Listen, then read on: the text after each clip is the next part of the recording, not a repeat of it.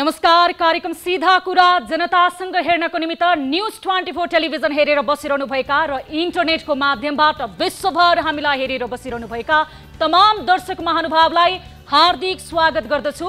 म सम्झना भुजेल। अति नै भयो नाटक। अब जनताले नाटक अझ कति हेर्नुपर्ने हो त्यो स्वयं नेताहरूलाई पनि थाहा नहोला। सर्वोच्च अदालतले प्रतिनिधि सभा पुनर्स्थापना गरेपछि एक थरीले नाटक नै देखाए, अर्को थरीले नौटंकी। फेरि उही सर्वोच्च अदालतले नेकपा एमाले र नेकपा माओवादी केन्द्रलाई बिउताइदियो। फेरि अर्को थरीले नाटक नै देखाउन थाले। अब यो नाटक मञ्चन कहिलेसम्म हुने हो कसैलाई थाहा छैन र नाटकको अन्त्यको दृश्य वियोगान्त हुने हो या रोचक त्यो पनि कसैलाई थाहा छैन। एमाले बिउतियो। प्रधानमन्त्री केपी शर्मा ओलीको शैली अति भयो भनेर पुष्पकमल दाहालसँग कुम जोडेर उभिएका एमाले भित्रै बसेर संघर्ष गर्ने भन्दै फर्किए। तर ओलीले आफ्नो दैलोमा आग्लो यसरी लगाए कि कसैले हल्लाउन सक्ने अवस्था नै रहेन। ओलीले दैलो नखोलेपछि माधव कुमार नेपाल र झलनाथ खनाल मिलेर मोर्चा कस्न थालेका छन्। उनीहरूले आफ्नो समूहको पदाधिकारीदेखि प्रदेश इन्चार्जसम्म अलग तोके, अर्थात् ओलीले टकटकाउन खोजेका नेपाल र खनालतिर समेटिए। अझ भेला पनि अलग्गै बोलाइएका छन्। यो भेलाले एमाले अब सग्लो नरहने प्रश्न देखिएको छ। ओलीको सुर नै त्यस्तै देखियो। हिजो प्रचण्डसँग उभिएकाहरूलाई सबै ठाउँबाट बाइपास नै गरेर एक्लै एमाले हाँक्ने नियत उनमा छर्लङ्ग देखिएको छ। ओलीमा बढेको अहंकारले हस्तिनापुर रूपी एमाले मेरे हो भन्ने भावना प्रष्ट देखिन थालेको छ। हटाउन सक्छ कसैले भने हटाएर देखाओस्, हटाओस्, जाल जेल गरोस्, षड्यन्त्र गरोस्, मोर्चा कसोस्। मोर्चा कसेर पनि हटाउन सक्छ भने हटाओस्। 20 महिनापछि फेरि यो पार्टी सूर्य चिन्हधारी पार्टी नेकपा एमाले नामको पार्टी 2/3 बहुमतका साथ सिंहदरबारको मूल गेटबाट फेरि पस्छ। हिजो संसद पुनर्स्थापना हुँदा पुष्पकमल दाहाल प्रचण्ड र माधव कुमार नेपालले चितवनमा लड्डु नै खाएर भने ओलीका दिन गए। तर राजनीति मौसम र जंगली जनावरको भर कहिले नपर्नु त्यस्तै भनिएको होइन रहेछ। कति दिन लाग्यो र सर्वोच्चले फुत्त अर्को फैसला सुनाएपछि चपरी मुनि पुगेका भनिएका ओलीको बास हस्तिनापुरसम्म हुन पुग्यो। हस्तिनापुरमा रहेका भनेका प्रचण्ड र नेपालको बास चपरी मुनि हुन पुग्यो। अहिले मैदानमा खेल जारी छ। ओलीले प्रचण्ड नेपालको पोस्टमा एकपछि अर्को गर्दै गोल गरेका गरेछन्। रक्षात्मक अवस्थामा पुगेका प्रचण्ड र नेपालले के कम ओलीको सेखी कसरी झार्न सकिन्छ भनेर अवसरको खोजीमा मैदानमा दौडिएछन्।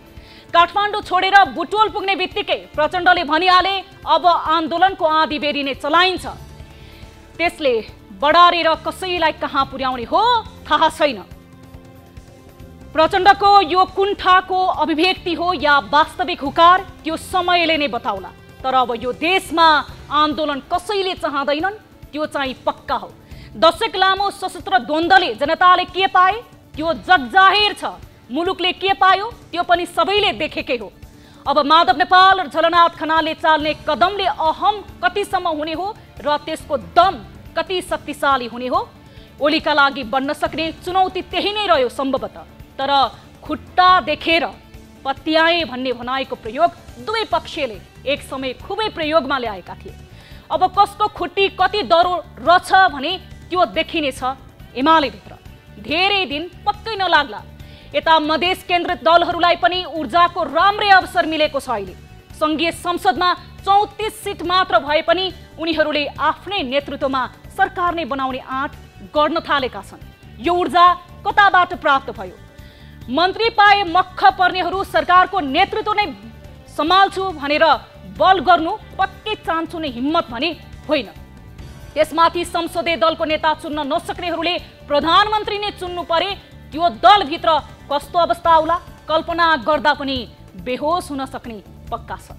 कांग्रेस सके सरकार नभए आफ्नै जय जयकार भन्दै मौकाको ताकमा नै छ।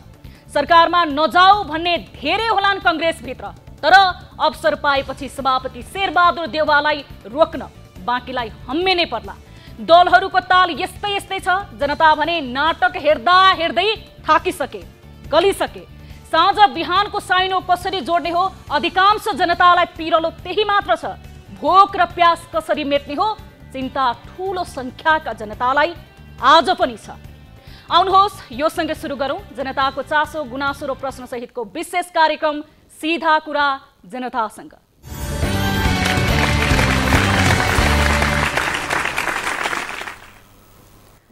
दर्शक महानुभाव, स्वागत छ कार्यक्रम सीधा कुरा जनतासँगको अर्को नयाँ एपिसोडमा। आज हामीले कार्यक्रममा विविध विषयहरू समावेश गरेका छौँ। खासमा आज कुनै समय फ्यासन चलेको थियो अथवा सरकारले आफ्नो नीति तथा कार्यक्रममा नै ठूलो आयोजनाको रूपमा एउटा कार्यक्रम समावेश गरेको थियो। हरेक विद्यार्थी अथवा हरेक पढ्ने उमेर भएका बालबालिकाहरूलाई विद्यालयसम्म पुर्याउने अथवा शिक्षाबाट कुनै पनि बालबालिकालाई वञ्चित नगराउने भनेर प्रधानमन्त्री केपी शर्मा ओली लगायत विभिन्न नेताहरूले विद्यार्थीहरूलाई बालबालिकाहरूलाई स्कुलसम्म पुर्याए। कति बालबालिकाहरूलाई आफ्नो धर्मपुत्रको रूपमा पनि लिए, अभिभावक पनि बने, अभिभावकत्व ग्रहण गरे। तर ती विद्यार्थी ती बालबालिकाहरूले अहिलेसम्म निरन्तर पढिरहेका छन् त? निरन्तर ती विद्यार्थीहरूले अहिलेसम्म शिक्षा पाएका छन्? यसतर्फ भने ध्यान दिन सकेको छैन। यस सम्बन्धी आजको विशेष रिपोर्ट रहेको छ। प्रधानमन्त्री केपी शर्मा ओलीले अभिभावकत्व ग्रहण गरेको र एक छोरी जसलाई उहाँले विद्यालयसम्म पुर्याउनु भएको थियो, तर उनले अहिले विद्यालय नै छाडेकी छिन्। यो सम्बन्धी रिपोर्ट रहेको छ। त्यसैगरी हामीसँग अर्को एउटा विशेष रिपोर्ट रहेको छ। ललितपुरको जुन हरिसिद्धिमा, ललितपुर महानगरपालिका 28 को हरिसिद्धिमा रहेको एचएम इटा उद्योगमा एक आमाले आफ्नो 2 वर्ष 2 महिने छोरी गुमाइन्।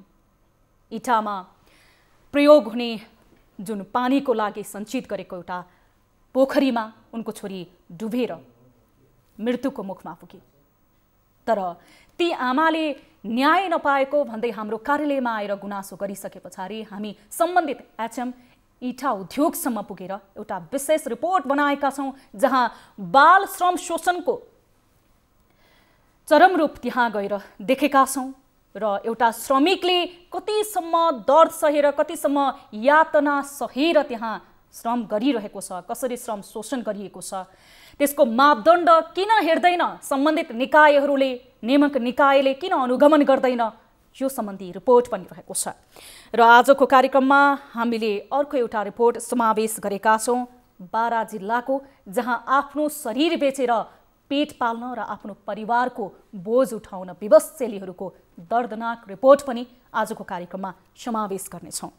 यस अलावा आज हामीसँग रहेको छ अर्को विषय।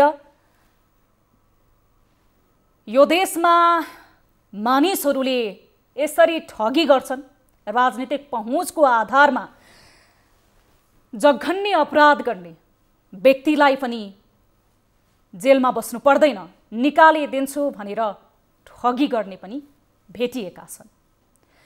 जसले जघन्य अपराध गरेर जेल चलान हुनको लागि विचाराधीन अवस्थामा मुद्दा रहेको छ, त्यो व्यक्तिलाई जेल जानु पर्दैन, पैसा देऊ तिम्रो मुद्दा मिलाइदिन्छु भन्दै ठगी गर्ने व्यक्तिको एक विशेष रिपोर्ट रहेको छ। आजको कार्यक्रममै खुलासा गर्नेछौँ। र यस अलावा हाम्रो कार्यालयमा दैनिक जस्तो धेरै नेपाली दाजुभाइहरू आउनुहुन्छ, जसलाई मेन पावरले ठगेको, वैदेशिक रोजगारीको सिलसिलामा जान खोज्दाखेरि ठगिएको धेरै पीडाहरू सुनाउन आउनुहुन्छ। यसै सम्बन्धी आजको रिपोर्ट रहेको छ। हाम्रो कार्यालयसम्म पुगेका दाजुभाइहरूको मेन पावरबाट ठगिएको यस सम्बन्धी रिपोर्ट पनि आजको कार्यक्रममा समावेश गर्नेछौँ। यस अलावा तपाईँ दर्शक महानुभावसँग पनि हामी प्रत्यक्ष जोडिनेछौँ। तपाईँहरू हामीलाई टेलिफोन मार्फत र भाइबर मार्फत कार्यक्रममा सहभागिता जनाउन सक्नुहुनेछ र आफ्नो प्रश्न, गुनासो र जिज्ञासा राख्न सक्नुहुनेछ। कार्यक्रमको सुरुवात गरौँ सबैभन्दा पहिला गाली र तालीबाट।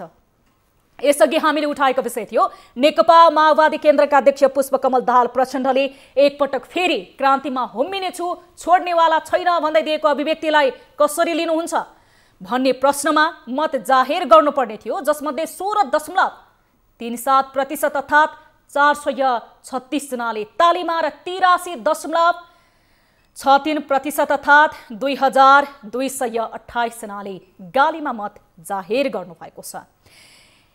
यसर्थ पुष्पकमल दाहाल प्रचण्डले दिएको अभिव्यक्ति ठिक होइन भन्ने आम सर्वसाधारणको मत रहेको छ। गालीमा आम दर्शकहरूले धेरै मत जाहेर गर्नुभएको छ। ताली र गालीका लागि आजको विषय संघीय संसदमा जम्मा 34 सिट भएको जनता समाजवादी पार्टीले सरकारको नेतृत्व गर्ने आँट गर्नुलाई के भन्न सकिन्छ? पाउनुपर्छ भन्नेले तालीमा र अचम्म लाग्यो भन्नेले गालीमा भोट गर्न सक्नुहुनेछ।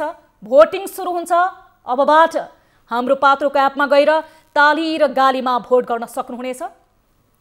तपाईहरूले आम जनसरोकारको विषय, जुन विषयले सार्वजनिक महत्त्व राख्छ, सार्वजनिक जनचासोको विषयमा तपाईहरूले सार्वजनिक सरोकारको विषयमा आफ्नो मत, आफ्नो प्रतिक्रिया र आफ्नो विचार हाम्रो पात्रोको एप्लिकेसन मार्फत ताली र गालीमा गएर दिन सक्नुहुनेछ।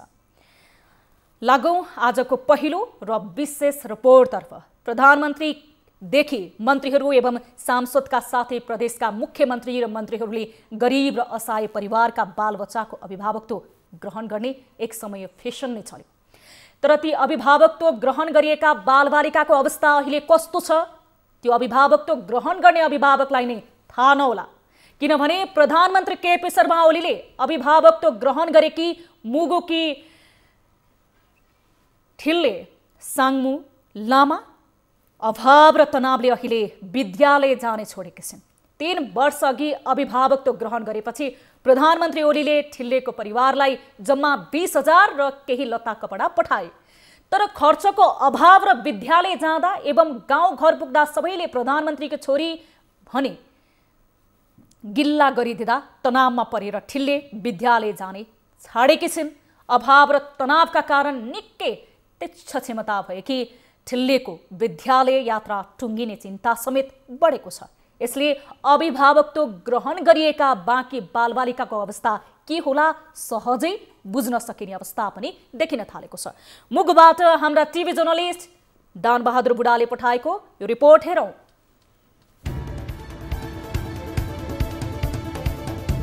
रारा किनारामा उभिएर मायालु पारामा गरिएको त्यो अभिभावकत्वको घोषणा। मुगु जिल्लाको पूर्वी करान भेगमा पर्ने मुगुमकारमा रोगम गाउँपालिका वडा नम्बर 8 मा रहेकी प्रधानमन्त्री केपी शर्मा ओलीले अभिभावकत्व घोषणा गरेकी छोरी ठिल्ले सामुङ लामा आफ्नै स्कुले साथीभाइबाट हेपिन पुगेकी छन्। कडाली रारा पर्यटन वर्ष 2075 मा प्रधानमन्त्री ओलीले रारा तालको किनारामा पुगी लामालाई अभिभावकत्व ग्रहण गरेका थिए। तर अहिले 2 वर्ष बितिसक्दा पनि पढाइ खर्च लगायत घाँस बाँस कपास प्रतिबद्धता व्यक्त गरे अनुरूप सहयोग नगर्दा पछिल्लो समय लामालाई अध्ययनमा समेत समस्या भएको छ भने विद्यालय जाँदा प्रधानमन्त्रीकी छोरी भनेर साथीभाइले जिस्काउने गरेका छन्। विद्यालय नै जान छाडिन् ठिल्ले सामुङ लामा। लामा अहिले बुद्ध माध्यमिक विद्यालयको कक्षा 4 मा अध्ययनरत छिन्। उनको दिमाग तीक्ष्ण भए तापनि पठन पाठनमा आवश्यक पर्ने स्टेसनरीका सामान कापी कलम ड्रेस नहुँदा विद्यालयमा बिरलै जाने गरेको विद्यालयले जानकारी दिएको छ। यता बुद्ध माध्यमिक विद्यालय माग्री गाउँका प्रधानाध्यापक टिक्का प्रसाद उपाध्यायले लामाका अभिभावकसँग बुझ्दा 2 पटक मात्र सहयोग गरेको तर बाँकी सहयोग कुनै निकायबाट समेत नभएको बुझिएको बताए। 10-11 वर्ष हुँदाखेरि पनि पारिवारिक कामकाजमा व्यस्त हुने भए हुनाले पछिल्लो अवस्थामा चाहिँ उसको चाहिँ पढाइमा अलिकति गिरावट देखिएको छ र तैपनि चाहिँ तेजबहादुर ढकाल सरले चाहिँ सहयोग गरेको चाहिँ सहयोगले बिहान बेलुका ट्युसन पढाउने भनेर चाहिँ उहाँले चाहिँ सहयोग गर्नुभएको छ। त्यो सहयोगबाट चाहिँ मैले अस्ति चाहिँ सोधेअनुसार बिहान बेलुका पढ्न गइरहेछ भनेर सुनेको छु। घरमा बन्दोबस्त गर्ने घर परिवार नहुनु र लामाको बुबाको पनि निधन भएको हुँदा यसै समस्यालाई मनन गर्दै प्रधानमन्त्री ओलीले अभिभावकत्व ग्रहण गरेका हुन्। अहिले घरमा बिहान बेलुका के खाउँ के लाउँ र के राखौँ भन्ने चिन्ताले मात्र सताउने गरेको परिवारले गुनासो गरेका छन्। प्रधानमन्त्रीले अभिभावकत्व गरेको करिब 3 वर्ष पुग्दा समेत हालसम्म 2 पटक मात्र 10-10 हजार नगद र 1 पटक लत्ता कपडा मात्र सहयोग गरेको आमा छिचु लामाले बताइन्। प्रयोग गरेर अब 2 चोटि 10,000 ल्यायो अनि 2 चोटि कभर ल्यायो झोला किताब कापी अब प्रयोग गरेछ प्रधानमन्त्रीले अनि पछि प्रयोग गर्न सकि प्रधानमन्त्रीले आफ्नी नातिनीलाई छोरी सरह मानेर सम्पूर्ण जिम्मेवारी लिएको तर पठन पाठन लगायत अन्य स्रोतमा सहयोग नभएको फिल्लेका हजुरबुबा छिरिङक्यामा लामाको गुनासो छ। विद्यालयदेखि गाउँ घरसम्म सबैले प्रधानमन्त्रीकी छोरी भनेर जिस्काउने गर्दा आफ्नी नातिनी अभावबीच थप तनाव परेर विद्यालय जान छोडेको पनि लामाको गुनासो छ। किताब कापी दिनको कापी किताब लिँदै कलम पैसा पुग्दैन दिनको दिन कापी हराउँदो कलम हराउँदो अनि त्यो पैसा पाउँदैन कोहीबाट एमापट्टि यो पुरो फालेको टिपेर ल्याउँछन् छोरी कामपट्टि ल्याउँछन्। सोही रारा पर्यटन वर्षमा प्रधानमन्त्रीकी धर्मपत्नी राधिका साक्यले पनि एउटी अर्की छोरी छिरिङ छेन्जोङ लामालाई ग्रहण गरिन्। उनको अवस्था पनि अहिले उस्तै रहेको छ। यस्तै पूर्व शिक्षा मन्त्री गिरिराजमणि पोखरेलले अभिभावकत्व ग्रहण गरेकी छोरी र अन्य मन्त्री सांसदहरूले गरेको अभिभावकत्व पनि वारी र पारीको बीचमा पुल नै नरहे जस्तै भएको छ।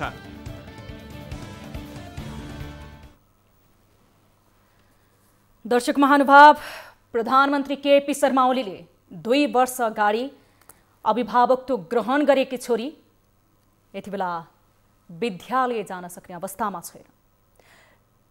शैक्षिक अधिकारबाट शिक्षाको अधिकारबाट बालबालिका वञ्चित नहुन् भनेर सरकारले आफ्नो नीति तथा कार्यक्रममा महत्त्वपूर्ण रूपमा समावेश गरेको कार्यक्रम अन्तर्गत नै प्रधानमन्त्री केपी शर्मा ओलीले आफै नै पुगेर ती बालिकालाई अभिभावकत्व ग्रहण गरेका थिए, विद्यालयसम्म पुर्याउने वातावरण बनाइदिएका थिए।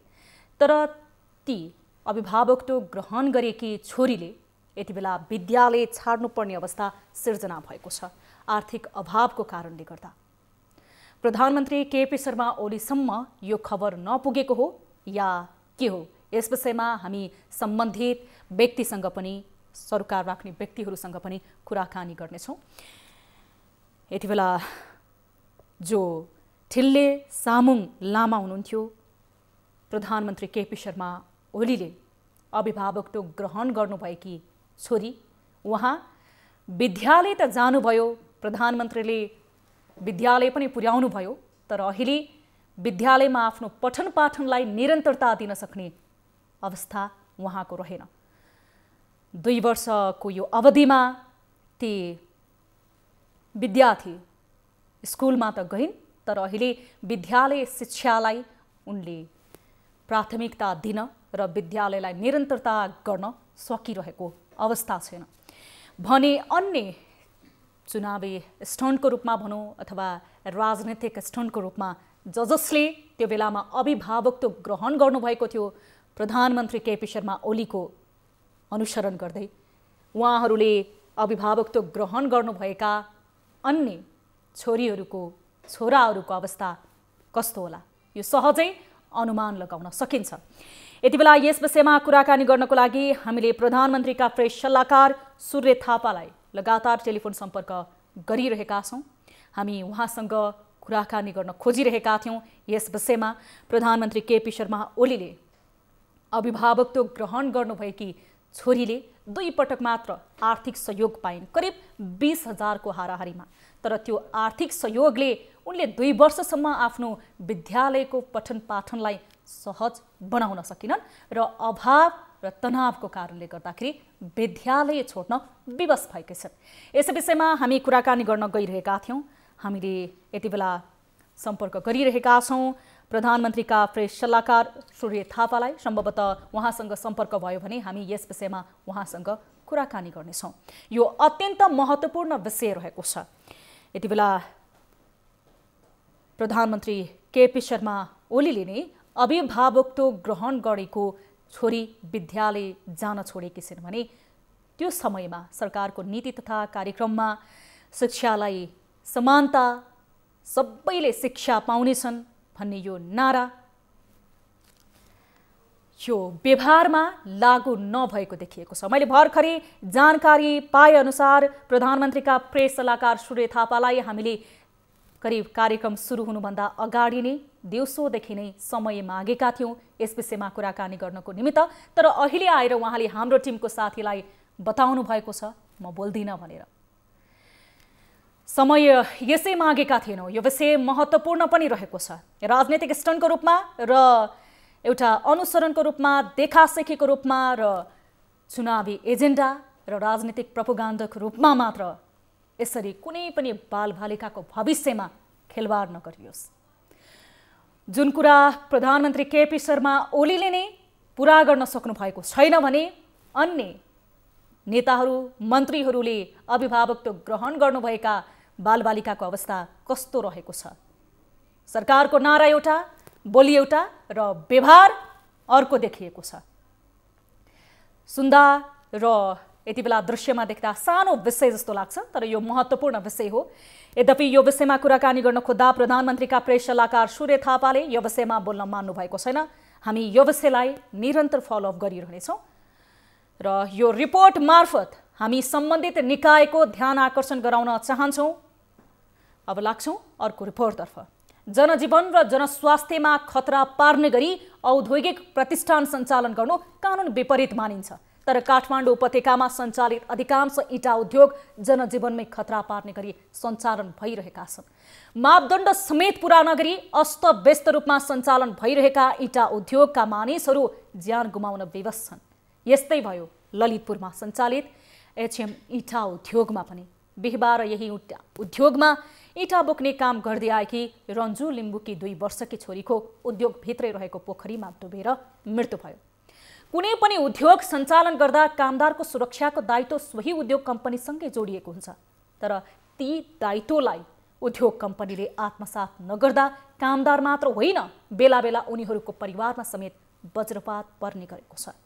तर पनि मानिसको ज्यान नै खतरामा पर्ने गरी सञ्चालन भइरहेका यस्ता इँटा उद्योगलाई रोक्न वा मापदण्ड भित्र ल्याउन सम्बन्धित निकायको ध्यान जान भने किन सकिरहेको छैन?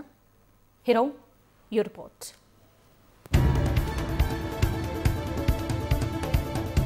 इँटा उद्योगको पोखरीमा डुबेर बालिकाको मृत्यु। ललितपुरमा रहेको एमएम इँटा उद्योगमा काम गर्दै आएकी रन्जु लिम्बुकी 2 वर्ष 2 महिनाकी छोरी सोफिया लिम्बुको बिहिबार मृत्यु भयो। ती बालिकाको इँटा उद्योग भित्रै रहेको पोखरीमा डुबेर मृत्यु भएको हो।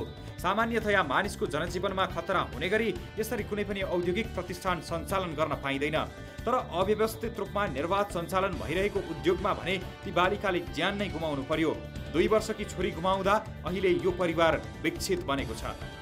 नानी त ती खेलिरहेको छु, म मात्र यहाँ छु भने अनि आत्तेर खोजेँ। म पहिला आफ्नो बस्ने ठाउँको घरभित्र हेरेँ अनि त्यहाँ पनि देखिनँ। अनि आत्तेर यता पोखरी त नजिकै थिएँ, अनि फर्केर यता आउँदा नानी त पुरै माथि फालिसकेको छ, पानीमाथि। अनि आत्तिएर निकाल्दा नाकबाट फिचै आयो। अनि सबैजनाले पेट थिच भन्नुभयो। अनि पेट थिच्दाखेरि चाहिँ खाना निकाल्नु। काममा व्यस्त आमा बुबाले छोरी डुबेको पत्तै पाएनन्। 5 थर स्थायी ठेगाना भएका उनीहरू सोही इँटा उद्योगमै काम गर्ने र सोही उद्योगको परिसरमा बस्दै आएका थिए, तर आफ्नो काममा व्यस्त रहेका बेला छोरी पोखरीमा डुबेको पत्तो नै पाएनन्। आफैले चाहिँ म खर्च बिहोरेर मेरो बच्चाले उपचार गर्छु, भोलि पर्सि तपाईँहरूले पनि बिहोर्नु सघाउनु पर्छ भन्ने स्थितिमा मैले चाहिँ आत्तिएर मन खोलेर अब कहाँबाट बच्चा पैसा कहाँबाट ल्याउने, कहाँ कसरी बुझाउने भन्नु थाल्नुभयो क्या। अनि म जसरी पनि जहाँ सिक्यो भए पनि ऋण खोजेर भए हुन्छ, चाहिँ आफ्नै ज्यानै बेचेर भए पनि मेरो छोरीलाई चाहिँ बचाउँछु। अस्पताल पुग्नु अघि नै धरती छाडिन् बालिकाले। छोरी डुबेको थाहा पाएपछि कतै श्वास बाँकी नै छ कि भन्दै बचाउन सकिने आशाले उनीहरूले अन्तर्राष्ट्रिय बालमैत्री अस्पतालसम्म छोरीलाई पुर्याए, तर छोरीले अस्पताल पुर्याउनु अघि नै धरती छोडिसकेकी थिइन्। त्यसपछि यो परिवार झनै विक्षिप्त बन्यो। मलाई यो दिनु त्यो दिनु भनेर यस्तरी आउँथ्यो भन्दै भाइ पनि धेरै बेर रोए, म पनि धेरै बेर रोएँ। रुदा थाके, चुप लाएर बसेँ। इँटा उद्योग मालिक सम्पर्कमा नै आउन चाहेनन्। यता इँटा उद्योगको असुरक्षित पोखरीमै बालिकाको मृत्यु हुँदा पनि सो उद्योगका मालिक अनिल महर्जन सम्पर्कमै आउन चाहेनन्। उनकै उद्योग परिसरमा बालिकाको मृत्यु भएको घटना थाहा हुँदा समेत उनले यस विषयमा चासो नै नदिएको परिवारको आरोप छ। यति मात्र नभई यसको जिम्मेवारी आफूले नलिने समेत जानकारी गराए।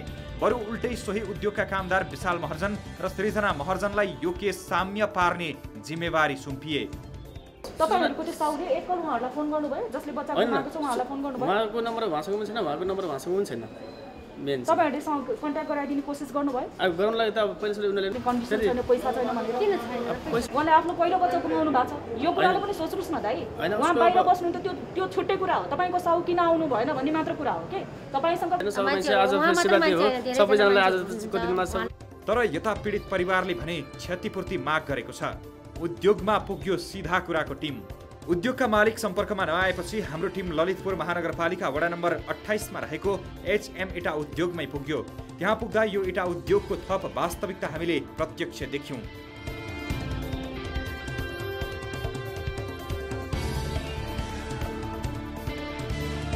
यहाँ काम गर्ने कामदार निकै असुरक्षित भएर काम गरिरहेका छन्। नजिकै गहिरो पोखरीहरू छन्। यी यस्ता पोखरीमा कति बेला को डुब्ने हो पत्तो छैन। अनि यो बारबेर गरेको थिएन कहिले पनि? थिएन। बच्चा डुब्दाखेरि चाहिँ देखेन कसैले? देखेन भन्नु न। उसको ममले भित्रबाट आएर हैन अनि यसो भान्जी खोजेछ। भान्जी खोज्दाखेरि यही पोखरीमा यहाँनिर उतानो भएर बसिरहेको रहेछ क्या। टगो डुबेर रहेछ, पेटमा देखेर बसिरहेको रहेछ। अनि मैले उता आएर ताने अनि तानेर अनि त्यहाँ राखेँ। अनि तुरुन्त हस्पिटल लिएर गएको हामी। इटा उद्योगले यसरी गर्दैछ बाल श्रम शोषण। नेपालको संविधानले प्रत्येक नागरिकलाई सम्मानपूर्वक बाँच्न पाउने हकको प्रत्याभूति गरेको छ। त्यस्तै कुनै पनि बालबालिकालाई कलकारखाना खानी वा त्यस्तै अन्य जोखिमपूर्ण काममा लगाउन बन्देज लगाउनुका साथै प्रत्येक बालबालिकालाई बाल अनुकूल न्यायको हक सुनिश्चित गरेको छ। श्रम ऐन 2072ले श्रम शोषणका सबै अवस्थाको अन्त्य गर्ने उद्देश्यका साथ कसैले पनि बालबालिकालाई कानुन विपरीत हुने गरी काममा लगाउन नपाइने व्यवस्था गरेको छ। तर HM इटा उद्योगमा भने कानुनको धज्जी उडाउँदै बालबालिकाहरूको श्रम शोषण भइरहेको समेत पाइएको छ। यस उद्योगमा काम गर्ने मजदुर अधिकांश बालबालिका छन्। म त्यस्तै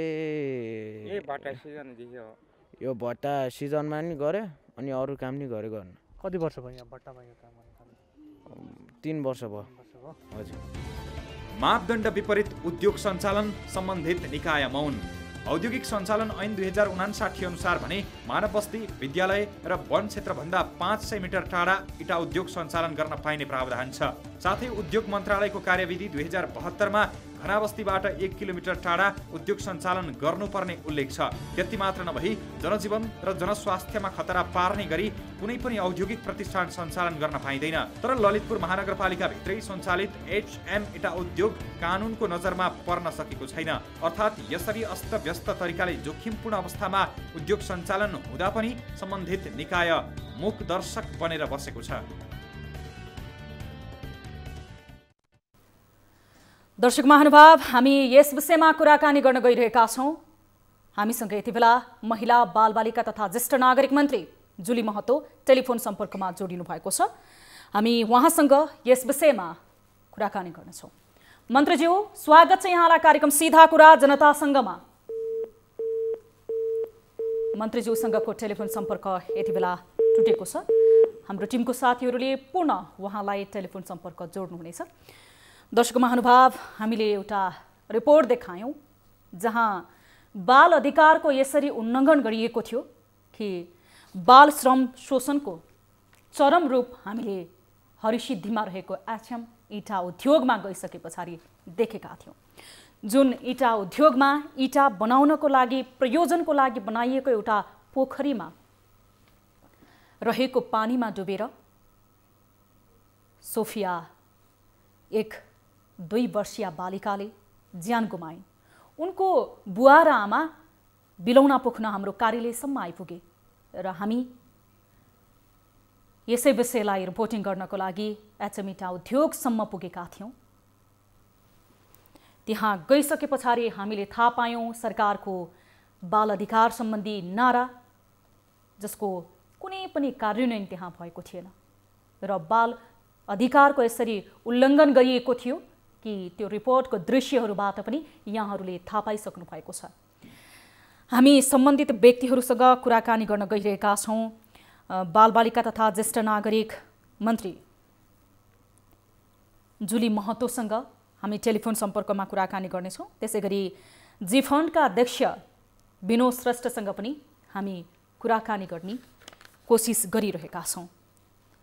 विभिन्न उद्योगहरूमा काम लगाउन नपाउने अथवा कुनै पनि जटिल काममा बालबालिकालाई लगाउन नपाउने सरकारले संविधानमा व्यवस्था गरेको छ। श्रम ऐन 2072ले पनि श्रम शोषणका सबै अवस्थाको अन्त्य गर्ने उद्देश्यका साथ कसैले पनि बालबालिकालाई कानुन विपरीत हुने गरी काममा लगाउन नपाइने व्यवस्था गरेको छ। तर एचएम इटा उद्योगमा भने कानुनको धज्जी उडाउने गरी त्यहाँ बालबालिकाहरू श्रम गरिरहेका थिए बिहान र बेलुकाको जीवन गुजारा गर्नको लागि। यति बेला हामीसँग जी फन्डका अध्यक्ष विनोद श्रेष्ठ टेलिफोन सम्पर्कमा जोडिनु भएको छ। हामी उहाँसँग कुराकानी गर्नेछौँ यस विषयमा लिएर। अध्यक्षज्यू, स्वागत छ यहाँलाई कार्यक्रम सीधा कुरा जनतासँगमा। हजुर, धन्यवाद। अब मजदुरहरूको सुरक्षा तपाईहरूको नारामा मात्र हो कि व्यवहारमा र तपाईहरूको दायित्व पनि हो? अब यो कुरा त नारा मात्र भन्दा पनि व्यवहारमा चाहिँ गर्नुपर्छ भन्ने चाहिँ हाम्रो भनाइ हो। गर्नुपर्छ भन्ने मात्र हो सर? होइन, गर्नुपर्छ होइन, गरिरहेकै पनि छौँ। अब गर्नुपर्छ। सर, तपाईँलाई एउटा विशेष जानकारी गराउँ। ललितपुरको हरिसिद्धिमा रहेको एचएम इटा उद्योगमा एक मजदुरले आफ्नो छोरी गुमाए। इटा बनाउनको लागि प्रयोग गरिएको व्यवस्थित नबनाइएको त्यो पोखरीमा डुबेर उनको पहिलो सन्तान 2 वर्षको उमेरमा गुमाउन विवश भए। अब यस्ता धेरै कथाहरू होलान्, दुर्गमको त कुरै छोडौँ। सरकारले देख्न सक्ने, तपाईहरू जस्तो मजदुरहरूको लागि नारा लगाउन सक्ने नेताहरूले नै देख्न नसक्ने अवस्था त छैन होला नि? हजुर, बताउनुस् त, यस्ता घटनाहरूलाई लिएर तपाईको संगठन कतिको संवेदनशील छ सर? अब यी सबै घटनाहरूको सन्दर्भमा हामी संवेदनशील छौँ र त्यसै कारणले गर्दा हामीले भनिरहेका छौँ र नेपाल सरकार, नेपालमा जति पनि नियम कानुनहरू छन् ती सबै नियम कानुनहरूको चाहिँ परिपालना चाहिँ सबैले गर्नुपर्छ भन्ने हाम्रो धारणा हो। त्यही अन्तर्गत नै जसले अब रोजगारी सिर्जना गरिरहेको छ, जसले चाहिँ रोजगारीमा चाहिँ संलग्न भइरहेको छ, त्यो सबै व्यक्तिहरूले नियम कानुन परिपालना गर्ने हुन्। यस्ता घटनाहरू न्यूनीकरण गर्न सजिलो हुन्छ भन्ने हाम्रो धारणा रहिरहेको छ। त्यस कारणले गर्दा पहिलो कुरा चाहिँ हाम्रो के हो भने भन्दाखेरि जसले चाहिँ रोजगारी स्थापना गर्छ, रोजगारदाताहरूले नियम कानुन अन्तर्गत चाहिँ चल्नुपर्छ भन्ने चाहिँ हाम्रो धारणा छ। अब यसलाई सबैले चाहिँ परिपालना गर्यौँ भने यस्ता चाहिँ दुर्घटनाहरू न्यूनीकरण हुन्छ। व्यवसायजन्य स्वास्थ्य सुरक्षाका उपायहरूलाई अवलम्बन गर्नुपर्छ भन्ने हाम्रो भनाइ हो। हजुर, विनोद सर, जस्तो तपाईहरू त मजदुरहरूको लागि, श्रम शोषण गर्नेहरूको लागि आवाज उठाउने मान्छे। हजुर, उहाँहरूको जहिले मजदुरहरूको हामी नेता हौँ, तपाईहरूको आवाज बोल्छौँ भनेर उहाँहरूको पक्षमा ओकालत गर्ने मान्छे। तर ललितपुरमा हामी स्थलगत रिपोर्टिङमा जाँदाखेरि तपाईहरूको यो जी फन्ड भन्ने महासङ्घ छ नि, युनियन छ नि, यो सङ्गठनको त्यहाँ हामीले कुनै पनि औचित्य देखेनौँ सर। ती मजदुरहरूलाई तपाईहरूको सङ्गठनले छोएको थिएन। हजुर, तपाईहरू कसको लागि राजनीति गर्नुहुन्छ त सर? नारा मात्र लगाउने हो? होइन, नारा मात्र लगाउने भन्दा पनि हामी मजदुरहरूकै निमित्त काम गर्ने हो र हामीले पनि देखिएको सर। हजुर, सबै ठाउँमा अहिले जति पनि रोजगारीमा संलग्न भएका मजदुरहरू छन् ती सबै मजदुरहरूले पनि मजदुर आन्दोलनमा, मजदुर युनियनमा संलग्न हुनुपर्छ भन्ने हाम्रो भनाइ हो। यो भनाइ राख्दा राख्दै पनि अहिले मजदुर युनियनहरूले काम गर्दा गर्दै पनि देशभरिका सम्पूर्ण मजदुर क्षेत्रमा हामीले काम गर्दा गर्दै पनि सबैलाई चाहिँ सङ्गठित गर्न नसकिरहेको अवस्था तपाईँले भन्नुभएको जस्तै चाहिँ हामीले स्वीकार्छौँ। त्यस कारणले गर्दा हामी तपाईँको यो सञ्चार माध्यमको तर्फबाट पनि के अनुरोध गर्न चाहन्छौँ भने भन्दाखेरि मजदुरहरूले पनि आफ्नो सङ्गठनमा सङ्गठित हुनका निमित्त अग्रसर हुनुपर्छ भन्ने हाम्रो भनाइ हो। हामीले काम गर्दा गर्दै पनि सङ्गठित गर्दा गर्दै पनि सबै मजदुरहरू सङ्गठित हुन नसकिरहेको तथ्य विनोद सर, तपाईँले यति बेला हामीलाई जवाफ दिइरहँदाखेरि मलाई भित्रभित्र तपाईँहरूको जवाफ देखेर हाँस पनि उठ्यो, किनकि तपाईँहरूको एजेन्डामा समावेश गर्नुपर्ने मजदुरहरू, तपाईँहरूको सङ्ख्या बढाउनु पर्ने, तपाईँहरूलाई नेता बनाउनु पर्ने, तपाईँहरूको प्रगतिमा ती मजदुरहरूले साथ दिनुपर्ने, अनि ती मजदुरहरूलाई चाहिँ तपाईँहरूले कसरी बसेका छन्, न्यूनतम मापदण्ड पुरा भएको छ कि छैन, एउटा व्यक्तिले आफ्नो जीविकोपार्जन गर्दाखेरि पाउने अधिकार पाइरहेको छ कि छैन भनेर त्यस्ता उद्योगहरूमा तपाईँहरू अनुगमन गर्नुहुन्न? होइन, अब यो अनुगमन गर्नका निमित्त हामीले मात्र गर्ने भन्दा पनि हामीले पनि अब हामी मजदुर युनियनमा काम गर्नेहरूले पनि अब हामी खालि अनुगमन गर्ने मात्र काम हाम्रो होइन। हामीले पनि त आफ्नो ठाउँमा काम गरिरहेका छौँ नि। मजदुर आन्दोलनमा काम गर्ने, मजदुर सङ्गठनमा काम गर्नेहरू होल टाइमर भएर सबै यही काममा मात्र हामी संलग्न छैनौँ। हामी आफ्नो काममा संलग्न पनि छौँ, हाम्रो अधिकारमा चाहिँ संलग्न पनि छौँ।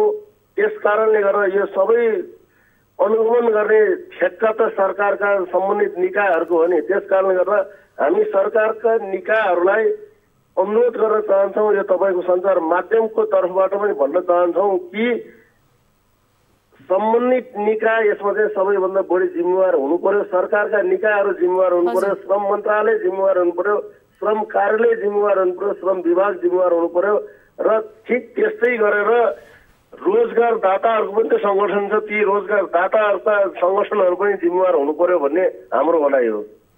हस्, समय र जानकारीको लागि धेरै धेरै धन्यवाद। तपाईँहरूको एजेन्डाको रूपमा मात्र मजदुरलाई प्रयोग नगर्नुहोला। तपाईँहरूले सम्बन्धित निकायले अनुगमन गर्नको लागि तपाईँहरूले आफ्नो आवाज पनि नारामा जस्तै व्यवहार तह देखाउनुहोला सर। यही शुभकामना छ हाम्रो। यति बेला हामीसँग जी फन्डका अध्यक्ष विनोद श्रेष्ठ जोडिनु भएको थियो। अब हामी यसै विषयमा कुराकानी गर्छौँ। महिला बालबालिका तथा ज्येष्ठ नागरिक मन्त्री जुली महतो हाम्रो टेलिफोन सम्पर्कमा पूर्ण जोडिनु भएको छ। हामी उहाँसँग कुराकानी गर्नेछौँ। मन्त्रीज्यू, स्वागत छ यहाँलाई कार्यक्रम सीधा कुरा जनतासँगमा। धन्यवाद। अब यो काठमाडौँ उपत्यकाको इँटा भट्टाहरूमा बाल श्रमको चरम दुरुपयोग भइरहेको छ, यसबारे यहाँलाई जानकारी छ कि छैन? तपाईँकै मन्त्रालय अन्तर्गत पनि अब बालबालिकाहरूको तपाईँले अधिकारको विषयमा पनि हेर्नुपर्ने हुन्छ, कतिको जानकार हुनुहुन्छ?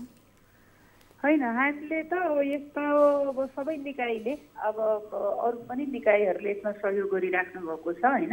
हजुर।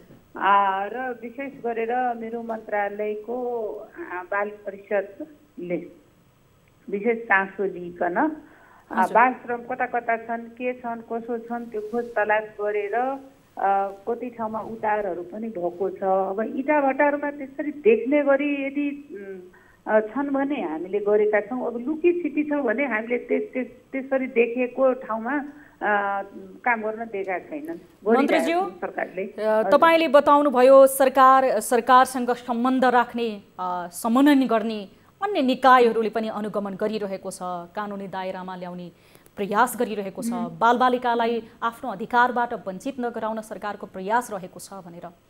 तर धेरै टाढाको लुकीछिपीको कुरा होइन मन्त्रीज्यू। यहाँ त काठमाडौँ उपत्यकाभित्र ललितपुर महानगरपालिका वडा नम्बर 28मा एउटा इँटा उद्योगमा बालबालिकाको श्रम यसरी शोषण गरिएको छ। ती बालबालिकाहरू शिक्षाबाट वञ्चित कसरी भएका छन्? सरकारको नारा, तपाईँले भने जस्तो सरकारको प्रयासको 0% पनि त्यहाँ देखिँदैन। धेरै टाढाको कुरा होइन, सम्भव भएसम्म तपाईँले आफै गएर अनुगमन पनि गर्न सक्नुहुनेछ। हामी पनि गएका थियौँ। यहाँले जानकारी जुन गराउनु भयो यसको लागि मैले धन्यवाद दिन चाहन्छु।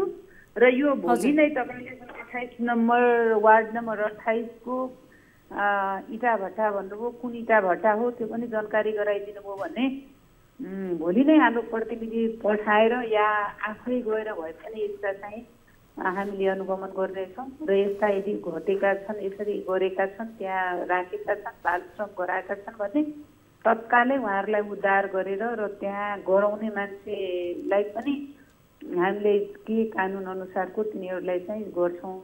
28 नम्बर वार्ड काठमाडौँ ल भन्नुहोस् त कुन इटा भट्टा होला? हजुर अब मन्त्रीज्यू तपाईलाई जानकारी गराउँ भनिदिनुस्। हजुर तपाईलाई जानकारी गराउँ गएको बिहीबार एकजना आमा र बुवा आफ्नो 2 वर्षीय छोरी ललितपुरको हरिसिद्धीमा रहेको एचएम इटा उद्योगमा इटा बनाउनको लागि प्रयोग हुने पानीको पोखरीमा डुबेर उनको मृत्यु भयो। त्यस पछाडि मेरो बच्चाको मृत्यु भयो, हामीसँग 1 रुपैयाँ पनि पैसा छैन, अस्पतालमा उपचार गर्दा गर्दै मेरो छोरीको मृत्यु भयो, सबलाई अन्त्येष्टि गर्नको लागि सब बाँधमा लानको लागि पनि पैसा छैन। तर जुन ठाउँमा हामी मजदुरी गरिरहेका थियौँ त्यही ठाउँका साउले हामीलाई कुनै पनि सहयोग गर्दैनौँ, जे गर्छौ गर भनेर भन्नुभयो भने यतिसम्मको निकृष्ट छन् सञ्चालकहरू, उद्योग सञ्चालकहरू र त्यो उद्योगमा काम गर्ने मजदुरहरू, महिलाहरू यति धेरै श्रम शोषणमा छन्। अब भन्न त भनिन्छ यति बेला कम्युनिस्ट सरकार छ, किसान मजदुरको लागि भन्दै घोषणापत्र पनि जारी गरेको छ, चुनावी एजेन्डा पनि बनाइएको थियो। तर हाम्रो देशमा कम्युनिस्ट सरकारमा रहँदा पनि यी मजदुरहरू चाहिँ किन पीडामा परिरहनु पर्ने भन्ने यो आम मानिसको प्रश्न मैले तपाईँलाई गरेँ। होइन, हामीलाई जानकारी हुन्जेलसम्म हामीले चाहिँ यसरी पीडामा छोड्दैनौँ, सरकारले पीडामा छोड्दैनन्। सरकार चाहिँ मजदुर पक्षमा छन् है, सम्बन्धित मन्त्रालय पनि मजदुर पक्षमा छन्। रहे कि अब कोही लिकी लोपी छेपी यदि गरेछन् या कतै कहीँ हाम्रा दिदीबहिनीहरू या त जे नाममा भए पनि इच्छामा पुऱ्याएछन् भन्ने त्यसरी थाहा हुँदाखेरि सरकारले कानुनी दायरामा ल्याएर त्यस्ताहरूलाई छोड्दैनन्। त्यसमा चाहिँ ढुक्क हुनु होला। हो, अब गलत मन पाइले कतै गलत कुरा चाहिँ थाहा नपाउने गरी पनि भइरहेछन्, नभएको होइन, तपाईँले भनेको कुरा ठिक हो। तर हामीले थाहा पाइसकेपछि त्यस्ता घटनाहरू हुन दिनौँ होइन, त्यसलाई चाहिँ हामी रोक्छौँ। हजुर अब सबै कुराहरू देखाएर गर्दैनन् होइन, सबै कुरा चाहिँ देखाएर गर्दैनन्। आँखा छोलेर पनि हाम्रा मजदुरको नाउँमा होस्, बालबालिकाको नाउँमा होस्, महिलाको नाउँमा होस् हिंसा भएको छैन भन्न पनि मिल्दैनन्। यदि त्यस्तो कहीँ भएको छ र हाम्रो नजरमा आएछ भने तिनीहरूलाई छोडिँदैनन्। अब तपाईले प्रतिबद्धता जनाइरहनु भएको छ, मैले पछिल्लो घटनाक्रमको मात्र यो तपाईले 28 नम्बर वार्ड काठमाडौँको इटा भट्टा भन्नुभयो, यो के हरिसिद्धि नै हुन्? यो हरिसिद्धिमा रहेको एचएम इटा उद्योगमा भएको हो र हामी त्यहाँ स्थलगत रूपमा रिपोर्टिङको लागि पुगेका थियौँ, जहाँ जाँदाखेरि यतिसम्मको दृश्य देखियो। मैले तपाईँलाई पुनः जानकारी गराएँ, जहाँ बालबालिकाको चरम श्रम शोषण भएको छ, जहाँ स्कुल जानुपर्ने बालबालिकाहरू सरकारले नारा लगाएको छ हरेक बालबालिका शैक्षिक अधिकारबाट वञ्चित हुँदैनन् भनेर। तर ती बालबालिकाहरू इटा बोकिरहेका छन्, ती बालबालिकाहरू एउटा सानो बरको त्यो इटाले बनाएको असुरक्षित घरमा मापदण्ड पुरा नगरेको इटा उद्योगभित्र जिउन र आफ्नो परिवारको दायित्व बोध गर्नको लागि विवश छन्। यो दृश्य सरकारले देख्दैन अथवा यो बालबालिकाको अधिकारको लागि सरकारले आवाज उठाउनु पर्ने अथवा कार्यान्वयन गर्नुपर्ने हो कि होइन? होइन, त्यही त मैले यहाँलाई धन्यवाद दिएँ कि हामीलाई जुन यो जानकारी पनि गराउनु हो। यसको लागि भोलि नै मैले यहाँ अनुगमन गर्ने पठाउने छु र त्यस्ता यदि फेला परेको छ भने तत्कालै सरकारले उद्धार गर्नेछ र त्यस्ता गराउनेहरूलाई पनि कान बमोजिमको दायरामा ल्याउँछन् भने मैले यहाँको कार्यक्रम मार्फत प्रतिबद्धता भन्नुहोस् या मेरो आफ्नो दायित्व भन्नुहोस्, मैले दुईटै कुरालाई यो लिएको छु। यहाँलाई म धेरै धेरै धन्यवाद दिन चाहन्छु कि तपाईँले यो त्यहाँ गएर अनुगमन गर्नुभयो, हेर्नुभयो र हामीलाई यो सम्बन्धित कुरालाई जानकारी गराउनुभयो। यसलाई भोलि नै मैले यो कुरालाई जानकारी लिएर यसलाई चाहिँ के गर्नुपर्नेछ म गर्नेछु भन्ने यहाँहरूको कार्यक्रम मार्फत मैले भन्दैछु। हस्, समय र जानकारीको लागि धेरै धेरै धन्यवाद। तपाईँको प्रतिबद्धता र तपाईँले दायित्व बोध गरेको छु भनेर हामीलाई बताउनु भएको छ। यसको अनुगमन र यसको रिजल्ट हामीले चाँडै नै सम्प्रेषण गर्न पाऊँ। हामी पनि तपाईँसँग स्थलगत रूपमा जानेछौँ, तपाईँले हामीलाई जानकारी गराइदिनु भयो भने हामी पनि सहकार्य गर्नको लागि तयार छौँ। समय र जानकारीको लागि धेरै धेरै धन्यवाद मन्त्रीज्यू। धेरै धेरै धन्यवाद। दर्शक महानुभाव, यति बेला हामीसँग महिला बालबालिका तथा ज्येष्ठ नागरिक मन्त्री जुली महतो टेलिफोन सम्पर्कमा जोडिनु भएको थियो। उहाँले यसरी अवैध रूपमा खोलिएका उद्योगहरू त्यसमा पनि इँटा उद्योग र त्यहाँ लुकी छिपी बालबालिकाहरूलाई लगाइने जुन श्रम शोषण र त्यसै गरी बालबालिकाहरू शिक्षा लगायत अन्य आधारभूत अधिकारबाट वञ्चित भएको विषयमा सरकारले अनुगमन गर्नेछ र म व्यक्तिगत रूपमा पनि यो विषयलाई प्राथमिकताको साथ लिनेछु भनेर प्रतिबद्धता जनाउनु भएको छ। हामी निरन्तर यस विषयलाई फलोअप गरिरहनेछौँ। कुनै पनि बाबुआमाले आफ्नो गरिबीको पीडामा बिहान बेलुका मजदुरी गरेर इँटा उद्योगमा आफ्नो जीविकोपार्जन गर्नको लागि जाँदा आफ्नो बच्चा आफ्नो सन्तान गुमाउनु नपरोस्, यस्ता समाचारहरू हामीले सम्प्रेषण गर्नु नपरोस् र सम्बन्धित निकायहरू जसले साँच्चैकै श्रमिकहरूको लागि बनेको सरकार, श्रमिकहरूको आवाज उठाउने हाम्रो नारा भन्ने व्यवहारमा पनि देखाउन्, यही अपेक्षा गर्न चाहन्छौँ। कार्यक्रम सीधा कुरा जनतासँगमा एकैछिन छोटो ब्रेक। हामीसँग विविध विषयहरू बाँकी नै रहेका छन्। हेर्दै रहनुहोला न्युज 24 टेलिभिजन।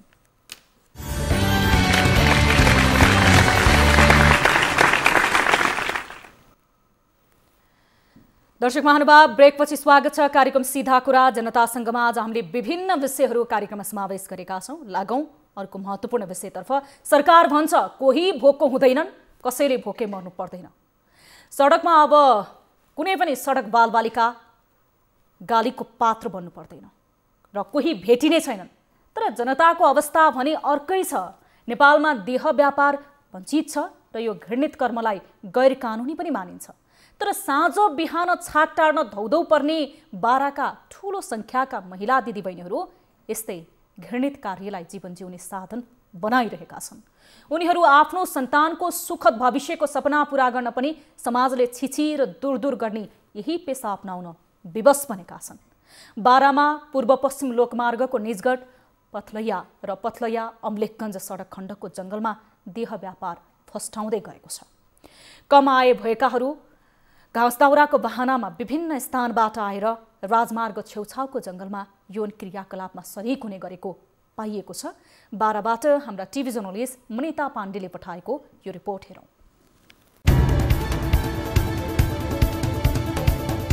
नेपालको सीमाभित्र हुने कुनै पनि किसिमको देह व्यापार गैर कानुनी। संविधान देह व्यापारलाई नेपालमा गैर कानुनी रूपमा लिइन्छ। नेपालको सीमाभित्र हुने कुनै पनि किसिमको देह व्यापारलाई गैर कानुनी भन्दै सजायको व्यवस्था गरेको छ। नेपालमा यसलाई सामाजिक अपराधको रूपमा चित्रण गरिएको मात्र नभई यसै कारण समाजमा विकृति फैलिएको ठहर गर्दै यस्ता कार्यमा संलग्नलाई समाजमा नकारात्मक दृष्टिकोणबाट हेर्ने गरिएको छ। तर यसलाई समाजको विकृतिको रूपमा लिइने भए पनि बारामा भने देह व्यापार फस्टाउँदै गएको छ। निकुञ्ज क्षेत्र राष्ट्रिय तथा सामुदायिक वन क्षेत्र देह व्यापारको थलो बन्दै। बारामा रहेको निकुञ्ज क्षेत्र राष्ट्रिय वन तथा सामुदायिक वन क्षेत्रमा पछिल्लो समय देह व्यापार गर्ने महिलाहरूको संख्या समेत बढ्न थालेको छ। वन क्षेत्र प्राय सुनसान हुने र प्रहरीको समेत ध्यान नजाने भएकाले यस क्षेत्रमा दिन प्रतिदिन देह व्यापार गर्ने महिलाहरूको संख्या समेत बढेको हो। पूर्व पश्चिम लोकमार्गका कारण उनीहरूका ग्राहक प्राय सवारी चालक र स्थानीयहरू हुने गरेका छन्। यौन कर्मीहरू सबैको एउटै जवाफ, आर्थिक बाध्यता।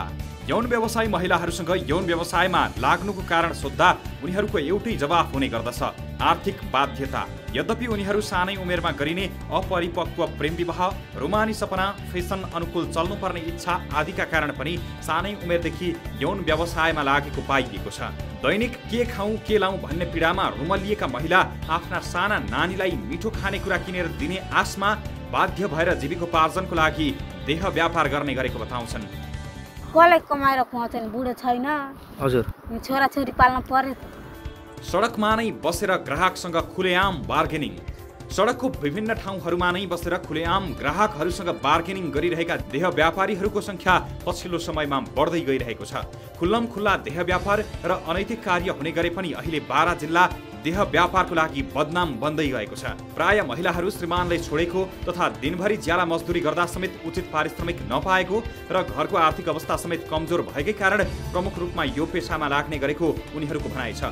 आर्थिक समस्याका कारण आफू यस क्षेत्रमा आउन बाध्य भएको र त्यही पेसाबाट घर परिवारको पेट पाल्नकै लागि भए पनि देह व्यापार गर्ने गरेको उनीहरूको दुखेसो छ।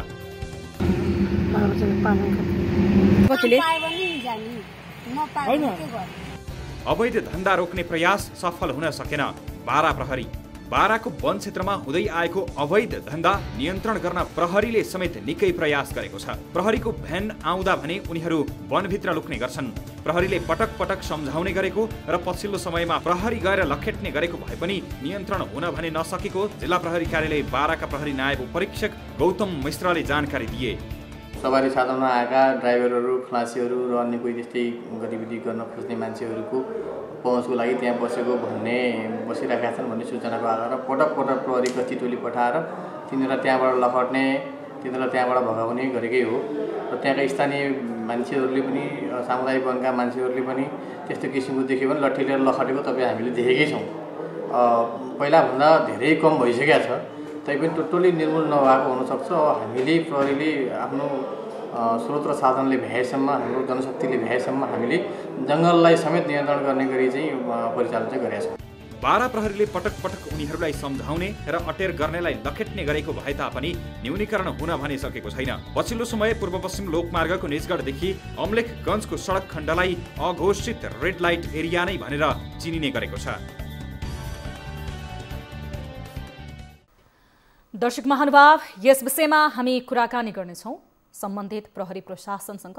यति बेला हामीसँग प्रहरी कार्यालय बाराका प्रवक्ता गौतम मिश्र टेलिफोन सम्पर्कमा जोडिनु भएको छ। हामी उहाँसँग कुराकानी गर्नेछौँ।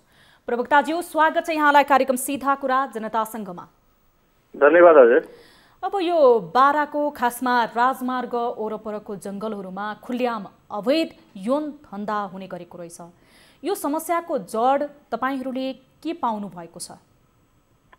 अब यो सम्बन्धमा कस्तो छ भने यो पहिलादेखि धेरै पहिलादेखि यो बाराको विशेष गरी अम्लेखगञ्जदेखि निजगढसम्मको यो बीच भागमा चाहिँ यस्ता किसिमका गतिविधिहरू सडकमा चाहिँ उभिएर बस्ने अनि त्यसो आफ्नो ग्राहक आएपछि जङ्गलतिर छिर्ने भन्ने कुराहरू पहिलादेखिकै अलिअलि हल्ला चलेको हो। अब अहिले चाहिँ धेरै न्यूनीकरण भएको छ। अहिले त्यसरी हामीले यो अभियानकै रूपमा सञ्चालन गरेका छौँ। अब अम्लेखगञ्जबाट चाहिँ गस्ती निकाल्ने र त्यसपछि पसलायाबाट गस्ती निकाल्ने, दुईतिरबाट पैदल गस्ती निकाल्दै जाने, त्यस्तो किसिमको गतिविधि गर्ने मान्छेहरू भेटियो भने तत्काल त्यहाँबाट लखट्ने गरेका छौँ। त्यो कारणले गर्दा अहिले धेरै नै कम भएको छ।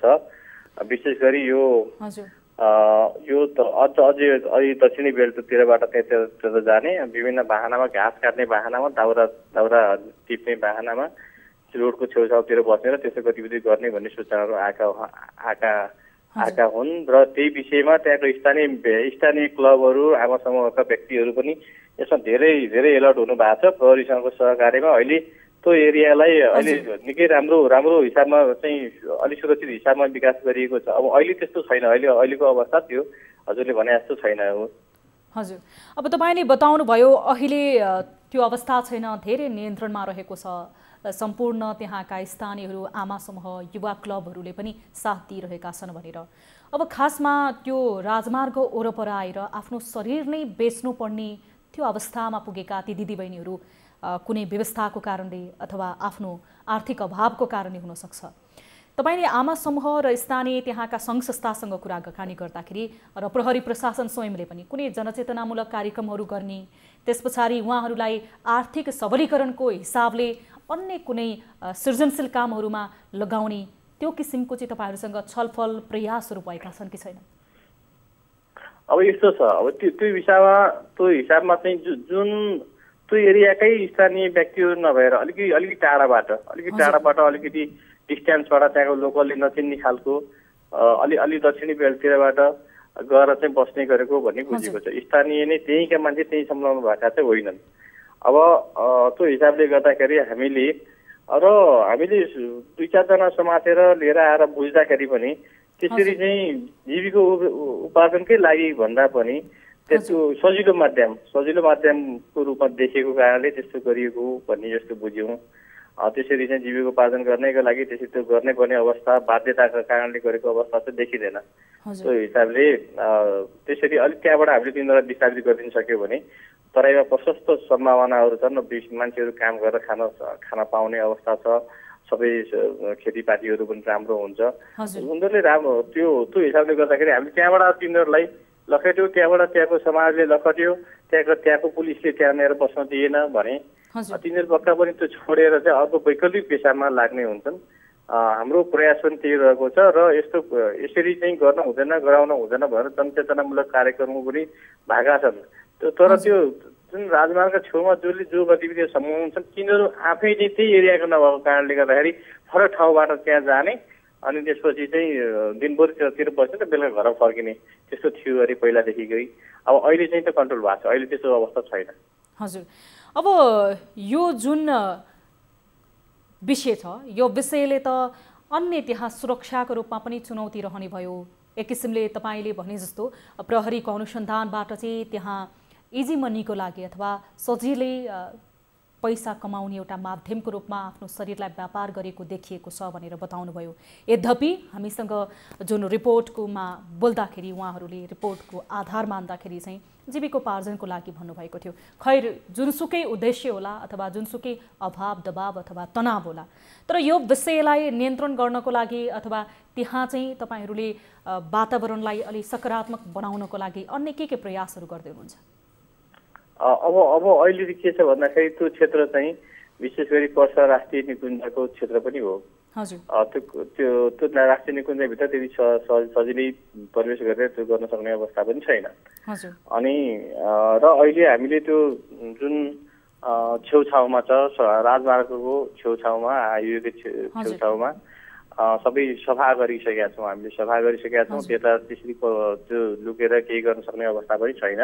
र अर्को चाहिँ स्थानीय अहिले सामुदायिक वनहरू पनि छन्। सामुदायिक वनका पदाधिकारी साथीहरू पनि हुनुहुन्छ र वनका कर्मचारीहरू पनि हुनुहुन्छ। अब त्यसपछि नेपाल प्रहरी र त्यहाँका स्थानीय क्लबहरू स्थानीय मिडिया कर्मीहरूसँग पनि यो विषयमा कोअर्डिनेसन सहकार्य चाहिँ भइराखेको छ। र अब चाहिँ यो अवस्था जुन हामीले जुन अहिले हजुरले व्याख्या गरे जस्तो अवस्था अहिले छैन। यद्यपि नदेखियो कहिलेकाहीँ फटाफुट्टा नदेखिने चाहिँ होइन। तिनीहरूलाई त्यहाँबाट चाहिँ हामीले अस्ति गस्ती गर्दाखेरि पनि स्थानीय मान्छेले एकजनालाई समातेर चाहिँ यो किन आएको तिमी यसरी भनेर बुझ्दै हुनुहुन्थ्यो। उहाँलाई फेरि हामीले उहाँको परिवारहरू बोलाएर गर्दाखेरि वास्तवमा त्यो चाहिँ अर्कै उद्देश्यको लागि आएको, त्यहाँ चाहिँ त्यो उद्देश्यको लागि आएको होइन भन्ने पुष्टि भयो। त्यो उहाँलाई त्यहाँबाट पठाइयो हामीले। त्यसरी गर्दाखेरि अझै पनि जिरै भएको अवस्था त होइन, तैपनि त्यति सहजै गर्न सक्ने अवस्था पनि छैन। यही भएर अब यसलाई अझै पनि हामी सबैजना मिलेर सबैजना लागेर यसलाई निर्मूलै पार्नुपर्ने अवस्था छ। यसले सुरक्षा चुनौती पनि खडा गर्छ, किन भन्दाखेरि जङ्गलभित्र चाहिँ मान्छेले अब त्यहाँभित्र गएपछि काहीँ मनमुटाव यस्तो भयो भने अर्को दुर्घटना चोरी हत्यारै पनि हुनसक्छ। त्यो हिसाबले गर्दाखेरि अन्य अपराधहरू रोक्नको लागि यसलाई यो प्रवृत्तिलाई हामीले रोक्नुपर्ने अवस्था छ। हस्, समय र जानकारीको लागि धेरै धेरै धन्यवाद। तपाईँले जानकारी गराउनु भएको जस्तो अहिले त्यहाँ त्यति धेरै विकृति र त्यति धेरै अवस्था रहेको छैन भनेर हामीलाई जानकारी गराउनु भयो। यद्यपि त्यो विकृतिको न्यूनीकरण मात्र होइन, निराकरण नै होस्, हामी पनि यही चाहन्छौँ। तपाईँहरूको सक्रियता, तपाईँहरूको गस्ती अझै बढोस्, यही अपेक्षा गर्छौँ। धेरै धेरै धन्यवाद। धन्यवाद हजुर। यति बेला हामीसँग जोडिनु भएको थियो यस विषयमा कुराकानी गर्नको निम्ति गौतम मिश्र, जो जिल्ला प्रहरी कार्यालय बाराका प्रवक्ता हुनुहुन्थ्यो, र यति बेला हामीसँग टेलिफोन सम्पर्कमा जोडिनु भएको छ बारा निजगण्डका सामाजिक अभियन्ता सन्तोष दङ्गाल टेलिफोन सम्पर्कमा जोडिनु भएको छ। हामी उहाँसँग पनि यस विषयमा कुराकानी गर्नेछौँ।